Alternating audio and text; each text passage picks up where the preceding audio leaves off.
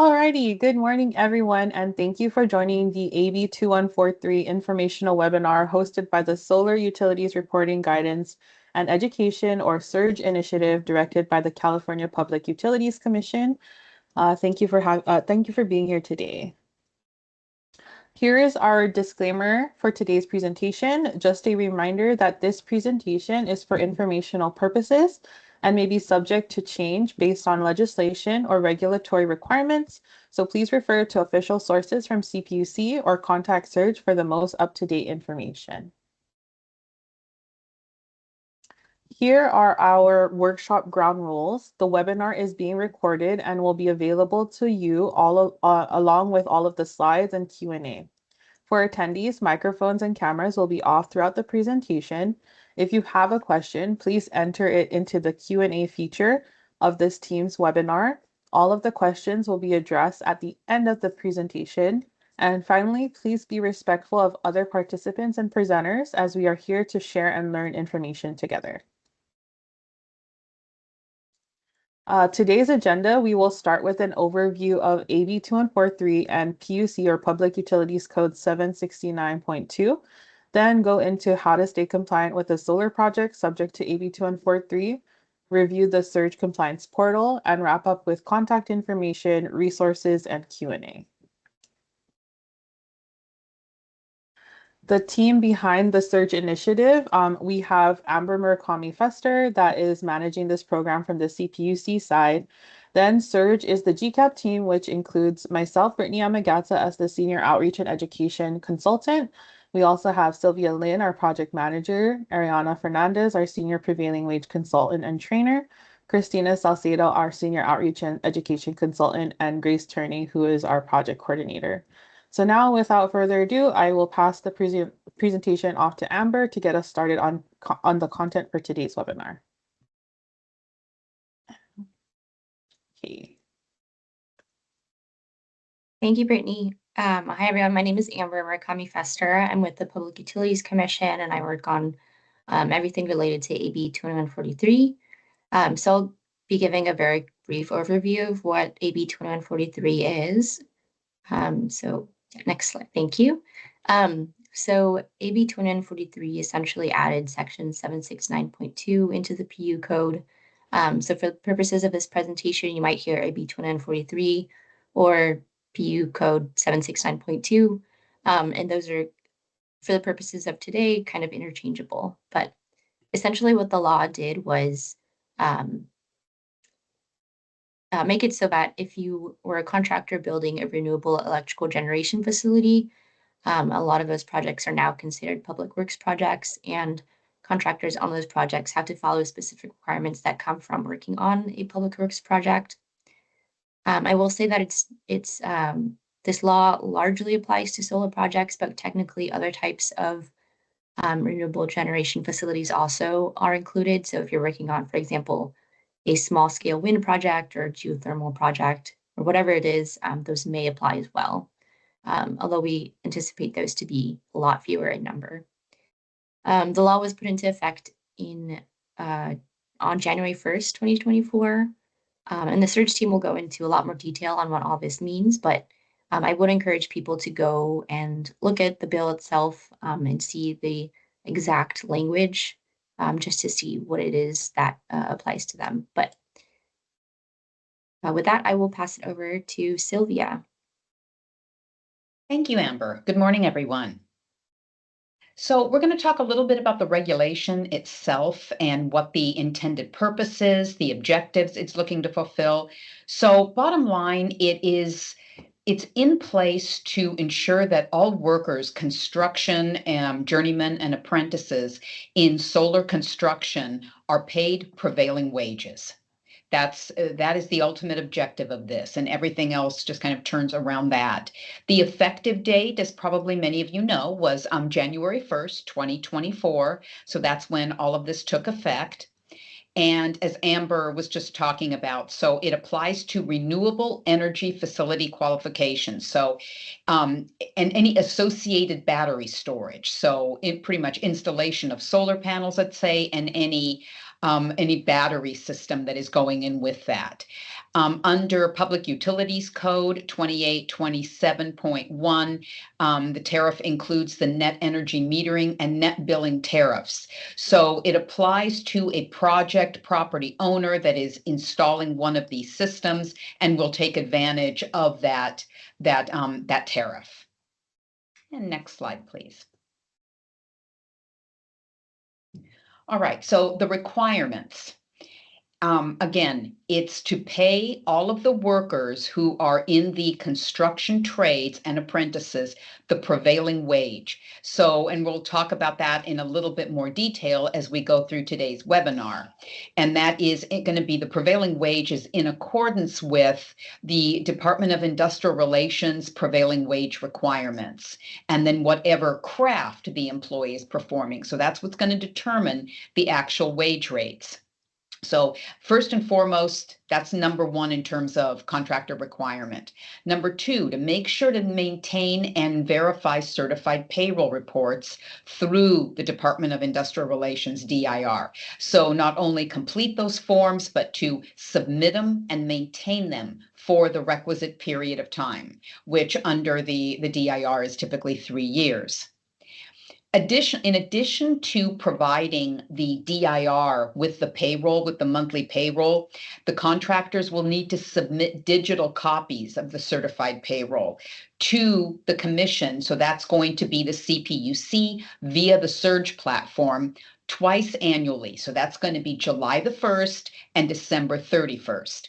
Ariana is going to talk a little bit more about this in a few minutes, but that is in addition to what you're going to upload to the DIR. So when we talk about digital copies, what you're pretty much doing is filling out the requisite certified payroll information on a form, statement of compliance, converting it to a PDF, and uploading that to the Surge platform. And it's important to also note that this applies to the general contractor on the project. And if the general contractor is going to have any lower sub tiers, all of the requirements we're talking about here today will flow down to all of those subcontractors as well. And next slide, please. All right, so we talked a little bit about what does apply, what brings you under the umbrella of this AB 2143. So here are the exceptions. Here's what does not apply. So this is critical. So it's a residential facility that has a maximum generating capacity, 15 kilowatts or less. And this is an important distinction, or a installed single family home. So we have to distinguish between residential facilities and single family home. Residential facilities can be an apartment building. It could be maybe a child care facility that is characterized or deemed as residential. It could be an elder care facility that is deemed residential. And that's where this maximum generating capacity of 15 kilowatts or less. If it generates more, obviously, it's going to come in under AB 2143. Okay, so residential facility or a single family home. So that's what we see a lot of. You know, we have a single family home, install solar panels and maybe a battery system with that. The generating capacity is not applicable on the single family home. They are just summarily excluded from this. The other one, Ariana is going to go in a little more detail on this as well. Projects that are already public works projects, because what AB 2143 does, it makes a privately funded project, which most of these commercial solar projects are, it brings it under the requirements of a public works project with all the applicable regulations. So let's say you're a contractor and you are working on a publicly funded project. That's already subject to the DIR and prevailing wage. So we're not going to have you duplicate all of that. You're already having to comply with all those requirements. So make sure when you fill out your interconnection application, if this is a publicly funded project where you're already under the requirements, you're not going to double it up with AB 2143. The third exception are facilities that serve only modular homes, modular home communities, or multi-unit housing with 2 or fewer stories. Again, if you have maybe an apartment building has less than 2 stories, any type of modular development, those are also going to be excluded. So those are the 3 areas where AB 2143 will not apply. And at this point, I'm going to turn it over to Ariana Fernandez. All right, so sorry about that. I am back. So welcome everyone. My name's Ariana. It's nice to see a lot of familiar names and people in the chat. One thing I do just want to reiterate really quick, now that more people are on the call, we will be utilizing the Q&A feature for questions. So I tend to get a lot of questions throughout this portion of the presentation. One thing I also want to mention, please make sure that you're submitting complete sentences and complete questions. We tend to get a lot of fragments, people are just responding to something that we said. So we have to go back and kind of sort through the transcripts and try to match your question to where we were in the webinar. So as much context as you can give us will, give you a better complete answer. All right, and next slide, please.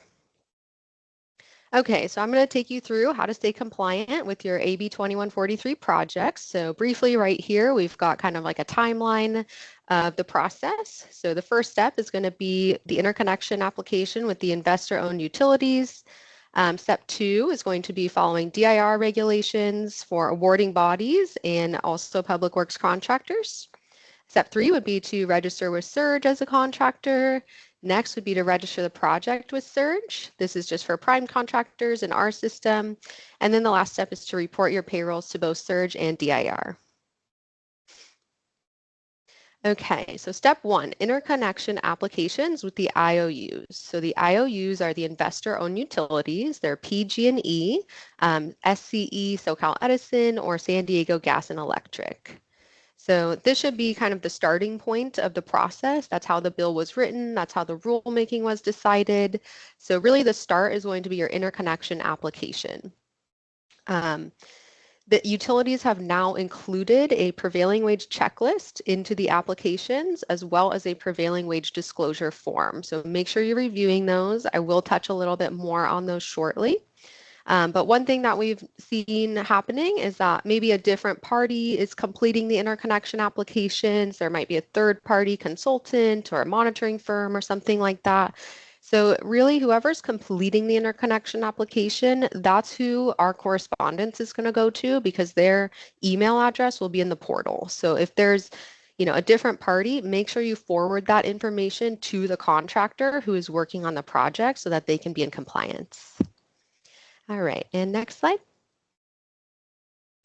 Okay, so as I mentioned, here is a snapshot of the prevailing wage disclosure form. So now, in response to this bill, the utilities have included this form as well as that prevailing wage checklist. So the checklist is going to ask you the exemptions that Sylvia just went through. So as you're completing your interconnection application, if you're interconnecting under the NEM or NBT tariff or equivalent, it's going to include that checklist. So it's going to ask, is it a residential facility with a maximum generating capacity of 15 kilowatts or less? Is it a single family home? Is it already a public work under existing law?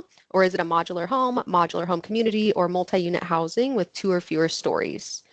So if you answer no to all of those questions, that means none of the exemptions apply, and AB 2143 does apply to your project. In which case, you will be prompted to sign this prevailing wage disclosure form. So I believe it's the customer that signs this.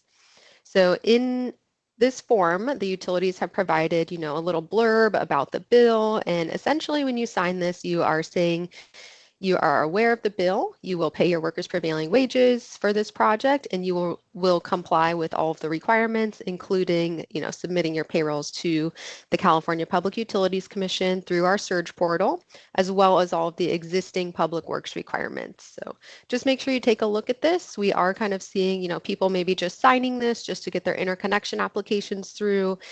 But once you sign this, that indicates you're going to pay the prevailing wages and submit certified payrolls. So if we do not have the certified payrolls, then a hold might be placed on your interconnection applications.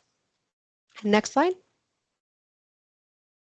Okay, so the next step is to follow the DIR regulations for awarding bodies and for public works contractors. So because this bill deems these projects as public works, there's already a whole set of laws and labor codes that apply to public works construction projects. So even though these are privately funded, they are considered public works under this bill. So typical public works requirements for awarding bodies. So the DIR calls them an awarding body. In the state of California, this is typically a public entity like a city or a transit authority, but it could also be known as the project owner. So this entity, what we're seeing with these AB 2143 projects, this might be the customer in some situations. If you have questions about that, you can email us or reach out to DIR. But this entity, the awarding body or the project owner, is responsible for registering the project with DIR. This needs to be done before the work starts on site. And then this will generate the DIR project ID number. So all of the contractors will need that in order to submit their payrolls to the DIR. And we ask for the DIR project ID on our Surge project registration form. So that's the responsibility of the project owner.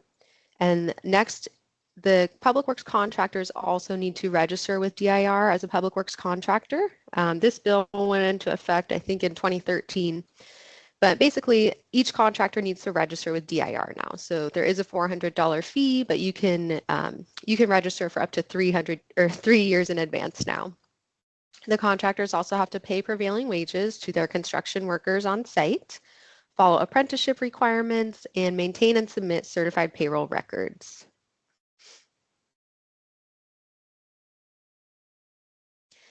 Okay, so after you complete all of your DIR steps, registering as a contractor, getting the project registered, next you can come to our Surge portal and start the contractor registration process.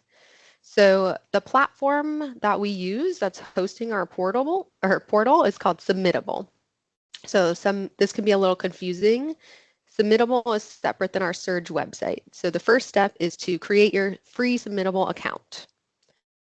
Then after you create your account, you make your email and password, then you can go back to our website and click on the project registration, or sorry, the contractor registration link. This only needs to be done once, but it does need to be done by the prime contractor and any subcontractors who are performing work on site. So you just go on, complete the form. We'll ask for your CSLB number and your Public Works contractor registration number with DIR. And then once we approve you, the system's going to generate the contractor identification number or the SIN number. This is a very long number. We were not able to change it, so it will be sent through a message through the Surge portal. So just make sure you keep that message or copy and paste it somewhere else because you'll need this for your payroll submission. And next slide, please. Okay, and then after the contractor registration, the next step would be to register the project with Surge. So this is slightly different than in DIR system, where in DIR it would be the project owner or the awarding body. In the Surge system, the prime contractor is responsible for registering the project. So again, after you've already created your submittable account, then you can just go back to our website, cpucsurge.org, click on the project registration link, and then it will ask you the same questions from the interconnection application. So it's going to ask you the eligibility questions is what we kind of refer to them as. Basically the exemptions from the bill. Is this already a public work? Is it a single family home, etc.? After that, it will ask you additional information about the project. You'll fill in your prime contractor info. You'll list any subcontractors you might have and their start dates. We'll ask for the DIR project ID. And then once that, we need the interconnection application number as well. So we go on to the IOU portals and verify the interconnection number just to verify that this is a real project and it is subject to AB 2143. So once that's approved, the system will generate the project identification number or the PIN number. So prime contractors, this information will only be sent to you. You are responsible for distributing that to your subcontractors along with the interconnection number because they're going to need that information when they do their payroll submission. So again, this will be sent through a message through the Surge portal. So make sure that you are logging into Submittable and checking your messages. And next slide. All right, and then the last step of the process is to report your certified payrolls to DIR and Surge. So, it's the same requirement. You have to report to both entities, but the timeline is a little bit different. So it's under two separate codes. So the DIR submission is under Labor Code 1771.4, I believe, but it requires that contractors furnish their electronic certified payroll records, also known as eCPRs, to the Labor Commissioner on a monthly basis while the project is ongoing. So that means if you work, if you started work in October, you would start reporting to DIR in November. There is a slight difference between the eCPRs and a regular certified payroll report. I know the DIR just updated their system, so it does show a lot more information now on the eCPRs. So we've reached out to them to see if we can accept that. But really, the main thing with the payrolls is that it has to comply with Labor Code Section 1776. So that means that the employee's name, address, and social needs to be shown on the payroll. Their work classification and the hours worked, straight time, overtime, double time, etc. So the eCPRs tend to not show a lot of the employee personal information, and that is because the DIR's database is public. All right, so next, so after you do your DIR submissions, you'll report in Surge. So the timeline's slightly different under Public Utilities Code 769.2. This code requires biannual submissions on July 1st and December 31st of each year. So we just passed the July 1st deadline. Next up is December 31st. So the contractors need to make sure that all of your payroll records are uploaded into Surge by that deadline. So let's use this upcoming December 31st deadline as an example. So all of your payrolls from June 2025 to November 2025 should be uploaded by that December deadline. We don't request December payrolls to be uploaded at the December deadline because they're probably not ready to be certified yet. So December payrolls will be due at the July deadline. The code does specify, this is a biannual deadline. However, you do not need to wait to the deadlines. In fact, we recommend that you submit it sooner. We recommend staying on a monthly schedule to keep up with your DIR eCPR submissions. And what we've noticed now, having 3 deadlines pass, is that everyone tends to wait till the end, which is normal. But then it kind of, slams our system, and the payrolls have to be reviewed and approved. So if you wait until the end, there might be a huge queue or a huge line for us to review and approve. We go as fast as we can, but we're only human. We go in the order that we receive them. And then the other part is you might need some adjustments or amendments to your payroll. So we are going to open that up for editing, and then you can submit an amended payroll. But again, you probably don't want to wait till the deadline because of those reasons, because your interconnection applications might be placed on hold, and that's going to prevent you from doing business. So we recommend being as proactive as possible, just getting it in, getting it reviewed and approved before those deadlines. All right, next slide. Okay, so one question we tend to get a lot is why do we have to report to both DIR and Surge? And the answer is there's 2 separate labor codes and public utilities codes to comply with. So the Public Utilities Code, Section 769.2 is the new one. So that is the utilities code that is associated with AB 2143. That's the new one that required contractors to submit their payrolls biannually to the California Public Utilities Commission via our Surge portal. And then the DIR submission, this has already been in effect for over 10 years now, is 1771.4, which required contractors to furnish their eCPRs to the Labor Commissioner. And next slide. Okay, so going a little deeper into certified payroll records and what exactly is a certified payroll report. So again, this is under Labor Code Section 1776. So you have to provide the employee name, address, social, all of their hours, paycheck information, rates of pay, everything I previously mentioned. And then what makes it considered a certified payroll report is it must be accompanied by what's called a signed statement of compliance. So this is page 2 of the A1-131 form that you guys might have seen by now. Basically a declaration under penalty of perjury that you have paid the right rates and complied with all the labor codes to the best of your knowledge, and what you're reporting is true and correct. So we have the forms linked on our website. You'll just upload a PDF into Surge, and you can use your own form or any sort of equivalent payroll reporting form as long as it contains all of the information under Labor Code Section 1776. And next slide. Non-performing weeks. So this is a question we get a lot as well. So contractors are also required to report weeks of non-performance if they were off-site. So essentially, you're considered an active subcontractor or contractor on the project until you submit your final payroll. So let's say you went out at the beginning of this month, and then maybe you had 2 or 3 weeks where you weren't working on that site. You were waiting for materials or something, and then you came back maybe next month or something. So the payroll goes weekly, so it's weekly certified payroll reporting.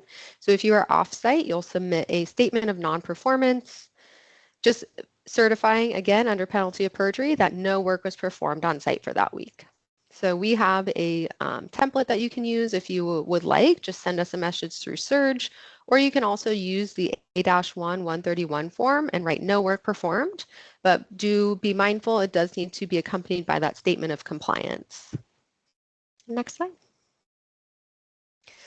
All right, so in summary, you're going to perform work on the project, pay the prevailing wages, maintain your certified payroll reports, and report certified payrolls and eCPRs to both DIR and Surge. And with that, I'm going to pass it over to Christina to finish out our presentation. Awesome. Thanks, Ariana. So we are going to take a deeper look at the Surge compliance portal, and the different registrations and submissions that are required. So we can go to the next slide. So the Surge Compliance Portal, this is CPUC's official system for gathering and storing certified payroll records with prevailing wages from all qualified renewable energy projects. Like Ariana mentioned, the portal is hosted on Submittable, so you can see we have the logo there. You'll see this kind of throughout the system as you're navigating it. You can access it through this direct website link here, but it can also be accessed through the Surge website at www.cpucsurge.org. There are various places throughout the website that we have this linked. And then on the right side here, this is just a screenshot of the portal landing page. So we have some instructions up at the top, and then you'll see the 3 different Surge forms at the bottom. Next slide, please. So getting started, if you are completely new to the portal, you've never been on before, the first thing that you're going to have to do is create a free Submittable account. When it asks you to log in, it's going to say, don't have an account, sign up. You'll click on that, and then on the right side here, you'll create the account. So all you'll need is your email address, your first name, last name, display name, and then you will have an account. It's super simple. If you've already done this, then when you visit the portal, all you'll do is log in with your credentials, and then you'll have access to the different forms. Some helpful tips here. We do recommend that you use an email account that is checked frequently. I know some contractors have even created a separate email address for AB 2143 and certified payroll reporting. That's helped them a lot. We also recommend that you use one login per contractor. I know when people kind of create different accounts under one, it can kind of get messy, especially if there is a lack of communication between team members. And then we do recommend that you, of course, share your login credentials with your team. Sometimes people switch roles or leave the company, and then that creates a lot of confusion and delays. The team members are unsure if things were submitted or not. So just make sure you're sharing those credentials up front. Next slide, please. I mentioned we have the 3 separate forms. We kind of look at these as 3 steps. So the first being the Surge contractor registration, the second, the Surge project registration, and then closing things out with the Surge certified payroll submission. I will say sometimes contractors are really eager to get their payroll in right away, and they'll kind of just jump to the certified payroll submission.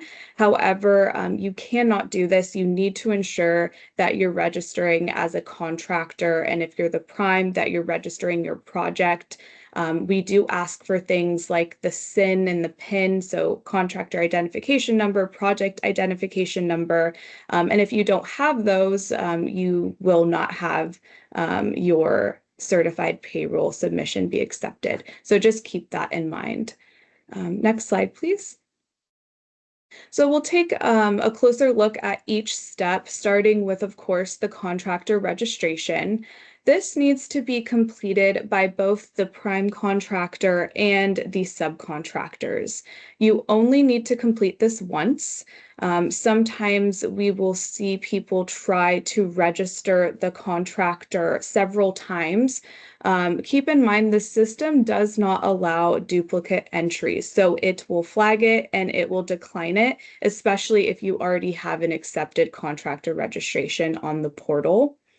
Over on the right-hand side, this is the different information that is needed for the contractor registration. So your contractor name, first and last name, phone number, email address, your address, the contractor state license board number or your CSLB number. Please ensure that this is a legitimate number. I know sometimes people try to quickly bypass that if you don't want to look it up. I know sometimes this is not applicable depending on your trade. If that's the case, reach out to us and we will provide instructions on what to input here. But if you do have a CSLB number, a lot of contractors do that are filling this out, please ensure that you actually put that number in. And then the final is the DIR Public Works Contractor Registration or PWCR number. And once you are approved, you will receive your SIN or that contractor identification number. Like Ariana mentioned, make sure you hold on to this. You will receive an email notification, and you can also look at this in the messages section of the Surge portal or in Submittable. And you will need this if you are a prime, you're going to need this for your project registration, and then primes and subs need it for their certified payroll submission. Next slide, please. Jumping into project registration, this is where only primes are responsible for completing the project registration. So if you are a subcontractor listed on a project, you do not need to complete the project registration. Sometimes we see that and then it gets messy. So yeah, if you're a subcontractor, stay away from the project registration. You can, push your prime to get this registered, but you do not need to. You complete this for each project that is subject to AB 2143. The first thing that you'll do is read the notice and answer the questionnaire. So kind of like that prevailing wage checklist, it's going to provide some questions based off of your answers. It's either going to say, yes, move forward with project registration, or hey, maybe this project isn't subject to AB 2143. Now, if you do move forward with the project registration, what you see on the right-hand side here, this is the information that's going to be collected on the project registration form. So just some general contractor information, the prime contractor's identification number, so that's SIN, that's what we received in that first step with the contractor registration, prime contractor's name. If you have any subcontractors, this is where you'll input that information. And then we'll go into project information. So your project name, the estimated project start and end date, your project interconnection application ID number. Sometimes there's confusion about this. This is the number that you received when completing the interconnection application with your respective utility. So SCE, PGE, SDG&E, that's the number you should have received. And then we have the DIR project ID number. This is another important one. It's a required field, so please ensure you enter that number correctly. Then things like electric utility name, electrical generation facility, project location, and project owner contact information. Once that has been submitted, it will go through a quick review process. If there are any issues, we'll reach out to you. But once it's approved, you will then receive your project identification number, or the PIN. If you're a prime contractor, it's really important that you share this with your subs. If you have any on the project, they will need the PIN when they're submitting certified payroll. So just keep that in mind and ensure that you're providing that. Next slide, please. Closing things out with the certified payroll submission. Now, this is looping the subs back in. You took a break during project registration, but you're back for the payroll submission. So this needs to be completed by the primes and subs. You need to complete this on a biannual basis, but like Ariana mentioned, we do highly encourage that you implement a more frequent upload schedule. It does get pretty crazy come time for the July 1st and December 31st deadlines. And especially if there's changes that need to be made, you need to ensure that your subcontractors are reporting everything. It can get kind of crazy and overwhelming for everyone involved. So just peace of mind for everyone if you start a little earlier. You'll complete the certified payroll submission form. So what we see on the right-hand side, again, that's the information that's going to be collected, project information like the name, the project identification number, or the PIN. So that's that number that we received during project registration, your project interconnection application number. Sometimes primes don't give this to their subs. So we recommend you share that as well, because they will need that. And then the electric utility name, and then contractor information, things like your prime or subcontractor company name, your personal SIN or contractor identification number, the reporting period for which you're submitting payroll for, and then the actual copies of those certified payroll via PDF form. And then you'll make note of any non-performance periods. And again, the deadline submissions, they're here listed on the screen. We had our July 1st deadline, so that collected payroll records from December 1st of 2024 all the way through the end of May 2025. And now we have our December 31st deadline coming up, and that is going to be collecting payroll records from June 1st of 2025 all the way through the end of November 2025. Next slide, please. So we're just going to cover some common contractor inquiries here. This kind of talks to the overall process, and that is in regards to the subcontractor responsibility. Like I mentioned, you need to ensure subs need to register as a contractor, and they also need to submit copies of certified payroll for the projects that they are listed on.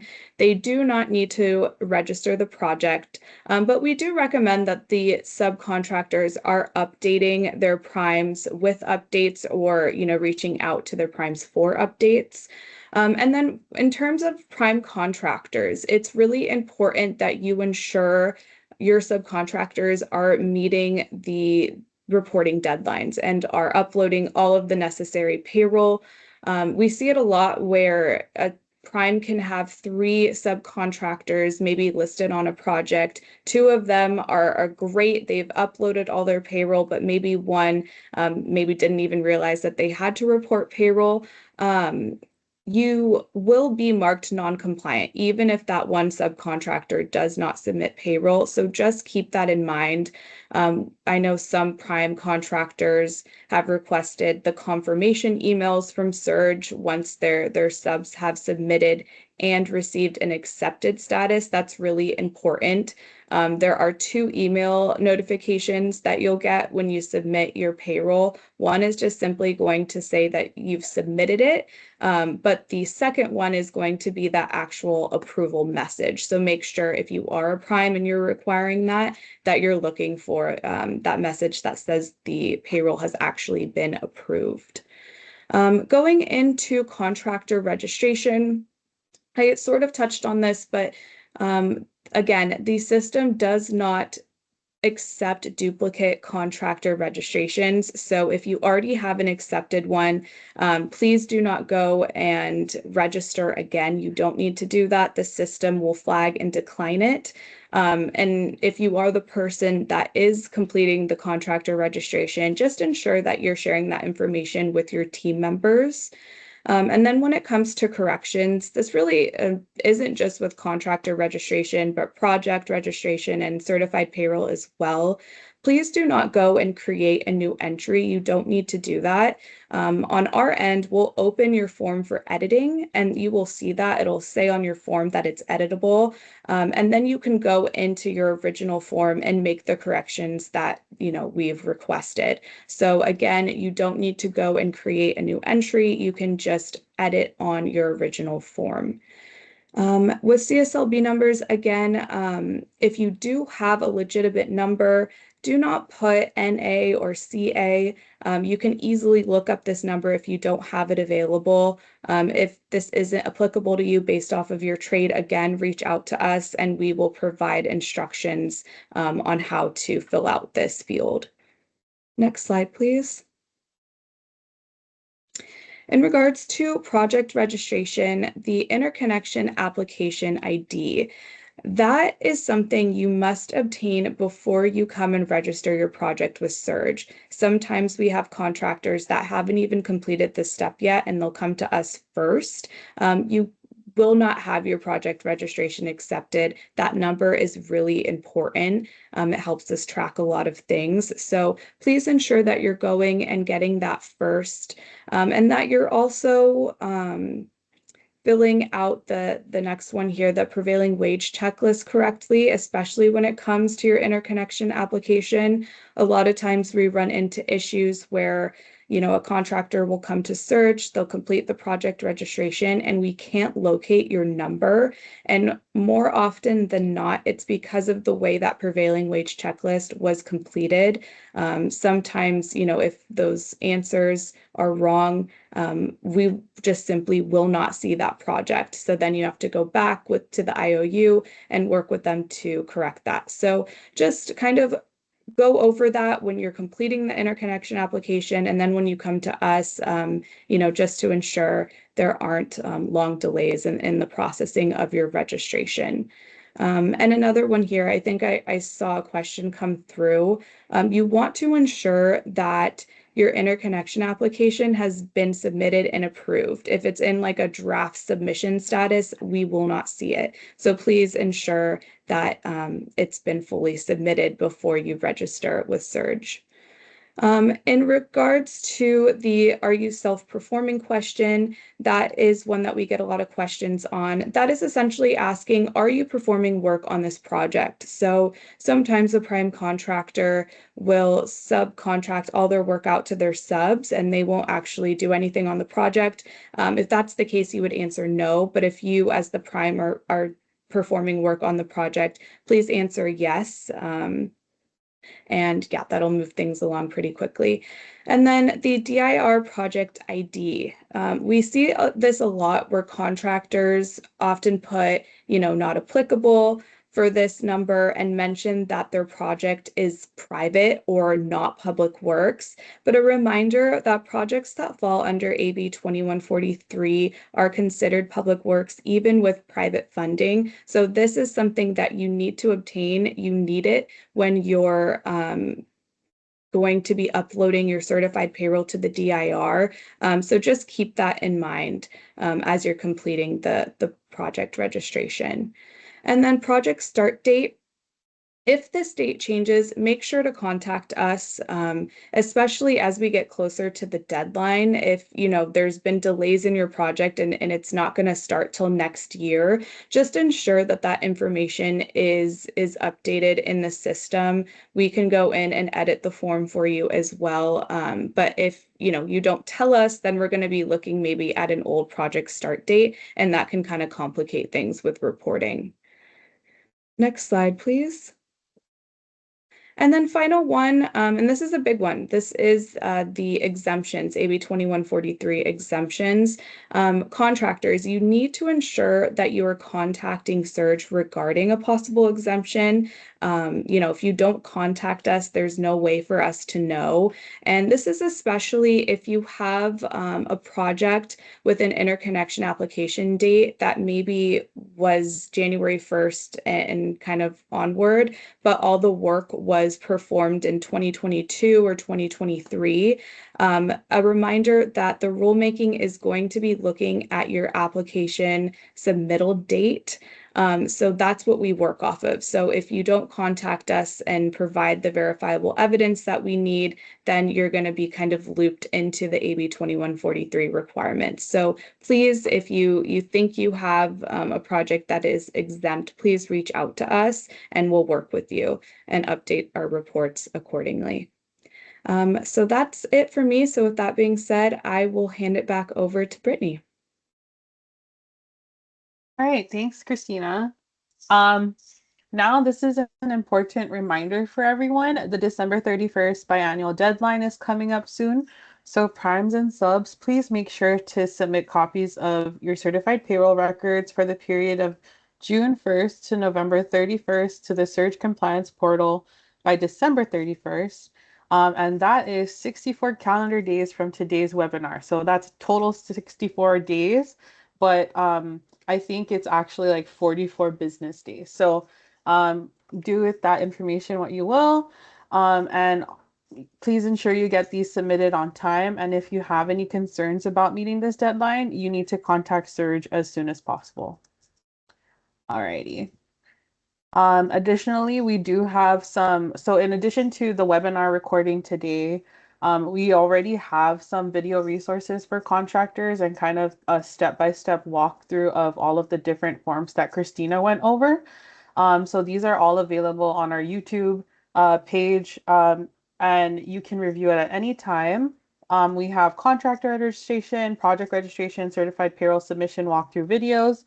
There are also all of our past webinar recordings that are available. I do recommend watching the workshop that we held in April of this year with the DIR Labor Commissioner's Office if you need more guidance on what you need to do for the DIR in addition to Surge. So that's a good resource as well. One thing that we want you to do also is to please scan this QR code right now and take this survey. We've also pinned this and I'll add the link to the form to the survey in the chat or in the Q&A. But this survey will help us understand the overall program administration for the Surge initiative for AB 2143 and how it is perceived by stakeholders like yourself to help us improve how we share information and get this, bring more awareness to AB 2143 because there's a lot of contractors out there that still are unaware of this regulation. But please take the survey. It'll only take about less than 5 minutes, maybe 3 to 5 minutes to do, and this will greatly help our team. So, alrighty, and now to kind of like close out a little bit before we start the Q&A. These are all of our resources. So our website at cpucsurge.org. We have our mailing list that you can sign up and we send monthly, weekly, we send actually weekly newsletters out so you can sign up for those there. You can also follow us on LinkedIn and also subscribe to the YouTube channel with all of those video resources that I just mentioned. And if you need to contact us, you can contact us by email at info@cpucsurge.org or call us at 1-800-549-2143. But we highly encourage everyone to visit our website. The website has a bunch of information and resources for contractors. It also includes a frequently asked questions page that a lot of the questions that I see coming in that can be answered by the frequently asked questions. So, okay. So we're gonna now start with the Q&A because I know we are running short on time. We only have 9 more minutes for this official webinar time. Okay. Ariana, Sylvia, and Christina, I'm gonna start asking questions now. All right. So from Emily, She's asking for the exception for existing public works. Does this apply to federal public works projects? Example, Davis-Bacon, or just state public works projects? I can go ahead and take that one. Good question, Emily. Thank you for that. But yes, the exception does apply to both state and or federally funded projects. So if it's a Davis-Bacon project, it's already considered a public work. So yes, that exemption would apply. Thank you, Ariana. The next question we have is from Kristen. Are the DAS 140 and 142 forms required for AB 2143 projects? I can go ahead and field this one. The answer is yes. So all of the labor compliance requirements per the labor code do apply, and that includes the apprentice-related requirements. So the DAS forms are required. I would like to add on to that, though. There is a monetary threshold for apprentice requirements for public works projects, which is $30,000. So if your project in total is less than $30,000, then the apprenticeship requirements don't apply. Okay. Rosemary is asking, I have a 4-unit townhouse in Hayward, California that I plan to install a 16.8 kilowatt system size. Would this be considered a commercial solar installation? If it's a townhouse, to me, that sounds like it might be residential. What do you think, Sylvia? Yeah, most likely that's going to be residential. Unless you have some kind, it's divided into multiple units that are going to be rented out to different people. The usage definitely is going to play into this, but if you're just talking a straight townhouse, those are going, now it depends if it's going to serve the entire building with different tenants in there, it may be treated more like an apartment. We would have to look in a little bit closer at the details of that and the configuration of the building to really give you a more definitive response. Okay. Yeah, the exceptions from the bill are residential facilities with a maximum generating capacity of 15 kilowatts or less. So yours is over that 15 kilowatt, or I don't know if this one would apply, modular homes, modular home communities, or multi-unit housing with 2 or fewer stories. So those are the exemptions from the bill, but yeah, we'd probably need a little more info on your specific unit. Yeah, so I do encourage you to email info@cpcsurge.org, and then the team here can answer those specific questions for you. Thanks, Brittany. Yeah, and on that, it is easier for us to respond to emails. You can call us with questions as well, but if it's going to be something that has a lot of details, an email is probably better. That way we can read it and then we can share it with our team and research for you. Definitely. I'd also like to add with respect to these residential, if you have any questions with regard, is it a single family residence? Is it multi-unit? It always helps for us to have the physical address of the location when we answer the question, because we can actually look it up and see maybe how it's zoned, what it looks like on the map. So that helps us as well in terms of providing a response. Thank you, Sylvia. Thank you, Ariana. Okay, Linda is asking, what exactly is needed for tribal projects to show exemption? When should this be submitted? Typically, that's going to be submitted when you are requesting the exemption, when you're filling out maybe the interconnection application, when you're going through that process of submitting the prevailing wage disclosure form and whether or not this applies. So what we're going to need is any type of document that verifies that this is tribal land. So anything you have along those lines is what we review, and we will consult with, for example, Amber and her team with the CPUC to determine whether or not the tribal exemption applies. So Yeah. please forward any documentation you have that corroborates that. Yeah, it helps us when you notify us via email, at the time you're doing your interconnection application, or once you receive that number, then you can email that over to us and the, supporting documentation for your exemption. That way we can just mark it on our list, right, when the interconnection number shows up for us. Otherwise, it might get lost. We have a lot of projects that we're reviewing, so always good to, email us so we have it on file. Okay, Emily is asking, when registering a project in Submittable, What status does the interconnection application need to be in with the utility? I have had trouble registering in submittable because the interconnection application has slipped into a status that makes it unsearchable by the Surge team. So yeah, that's a good question. I can take that one. I think Christina kind of touched a little bit on this earlier, and I don't know all of the exact statuses in the utility application, but if it's in like a draft status or something like that, we might not be able to see it. Or if it's, just been submitted like 5 minutes ago, and then you call us and ask us if we can approve it, it might not be available to us yet. So essentially, we have access to the utility portals, and we only have access to the projects that are subject to AB 2143. So I think Christina touched on this earlier, but one of the main things that we've seen is that the prevailing wage checklist was maybe filled out incorrectly. Specifically, the question, is this a public work under existing law? A lot of people say yes, because, AB 2143 deems these projects as public works. And in that case, it's not going to be visible to us. So if you register your project in Surge and we go look up the interconnection application, if there's any yes answers on that checklist, we are unable to see it. So that's like the main thing we've been able to see. But from my understanding, we're able to see most of the statuses in the utilities portals. I think just like the draft status or, if it was just submitted are what causes the main issues. Sylvia, And Christina, did you guys have anything you wanted to add? yeah, just to touch on that, I think another one that we see sometimes is if it's an older application, and a reminder that we're not going to see anything that was submitted prior to January 1st of 2024. So if you have an application with a submittal date in 2023, 2022, we won't see those as well. So that's just another thing to look out for. All right. We have 6 more questions. Do you want to still keep going until we answer them? We have 2 more minutes for this webinar. Are we good with answering the 6 more questions?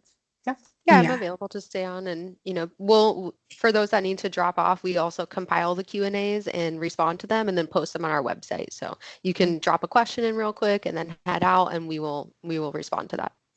Right, so we'll just continue with answering the rest of these questions. So one other question we have is, if you have already submitted the eCPRs, will these need to be amended to match the work classification codes needed for surge reporting compliance?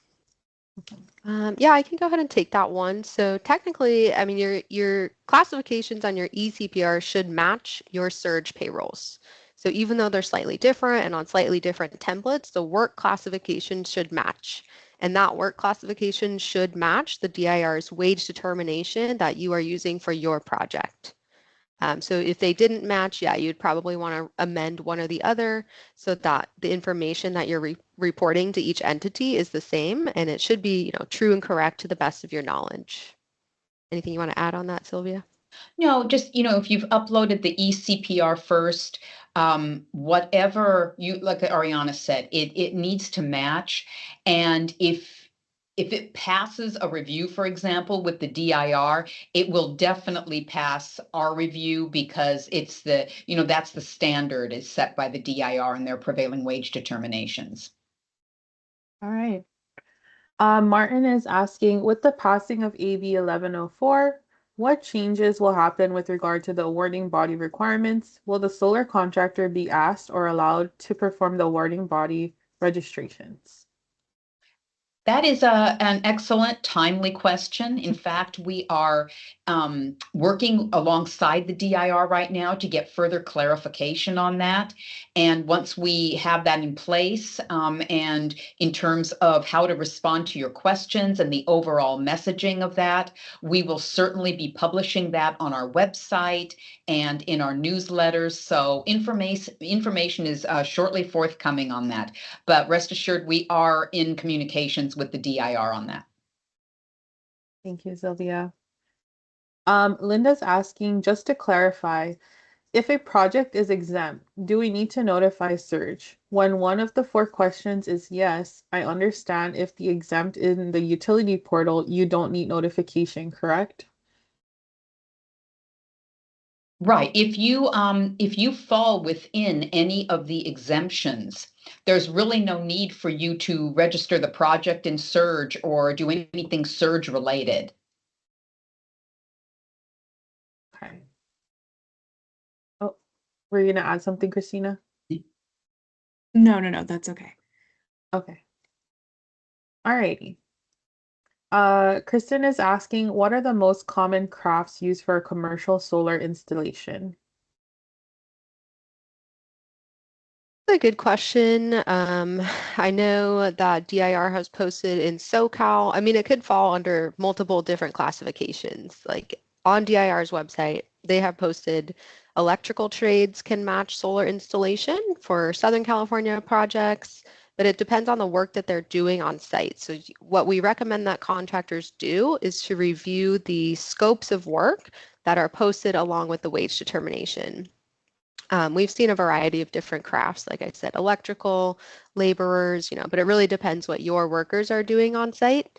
And then it is important to note that the workers can perform work in one day that falls under two different classifications. So maybe they did 2 hours of electrical work or 2 hours of carpentry work, and that's fine as long as they're paid correctly and classified correctly on the payrolls. But it does vary by county and by, classification, what kind of work your employees are doing. So if you're unsure, even after reviewing the scopes of work, you can also reach out to DIR at statistics@dir.ca.gov and provide them with a detailed scope of work. Be as detailed as possible, include any tools and equipment that the employees are using, include the county and the wage determination for your project, and they can give you a determination.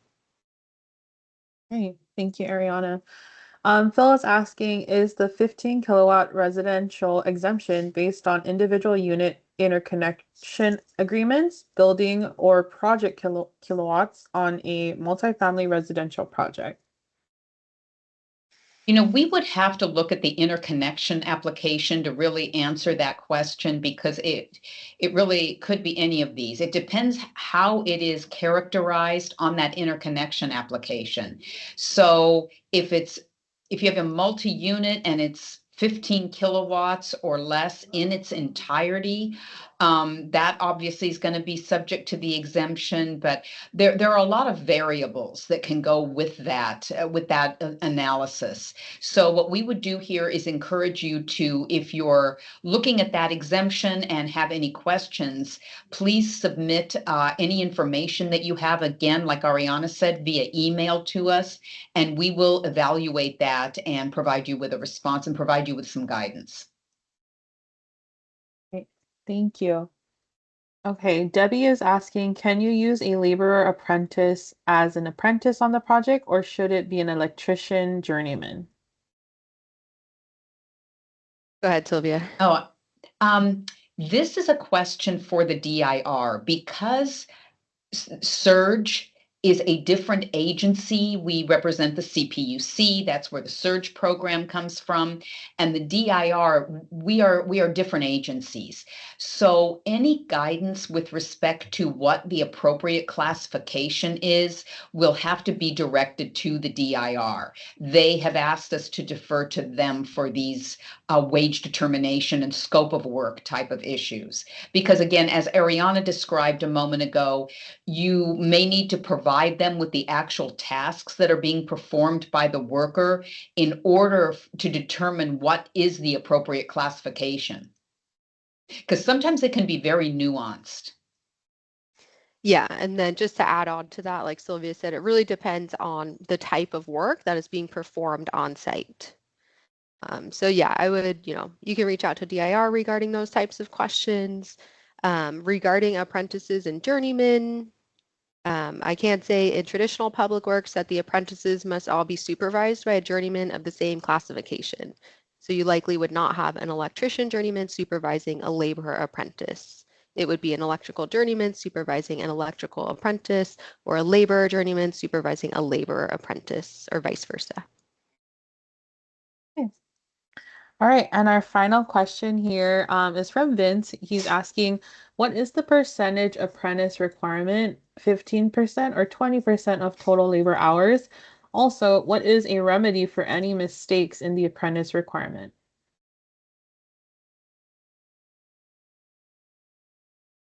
Again, with what we're dealing with here are very specific questions that need to be fielded by the regulatory agency.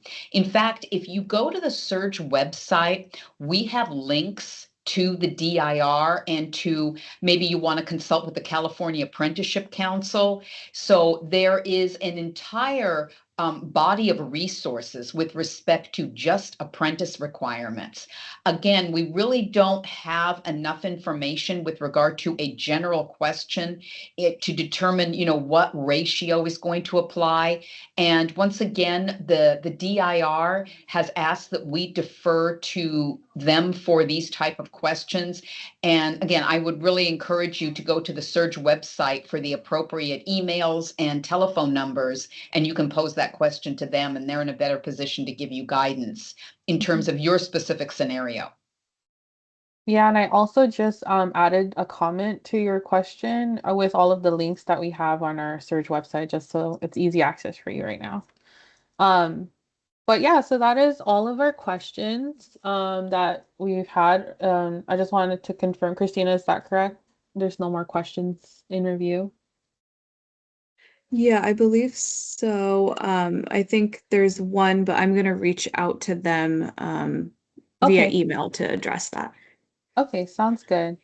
All right, so thank you everybody again for taking the time to join us for this workshop. Here are our resources again and our information to contact us via email or via phone call. We also ask, please take this survey to help us really understand the program that we have and making sure that we're getting it to the right people.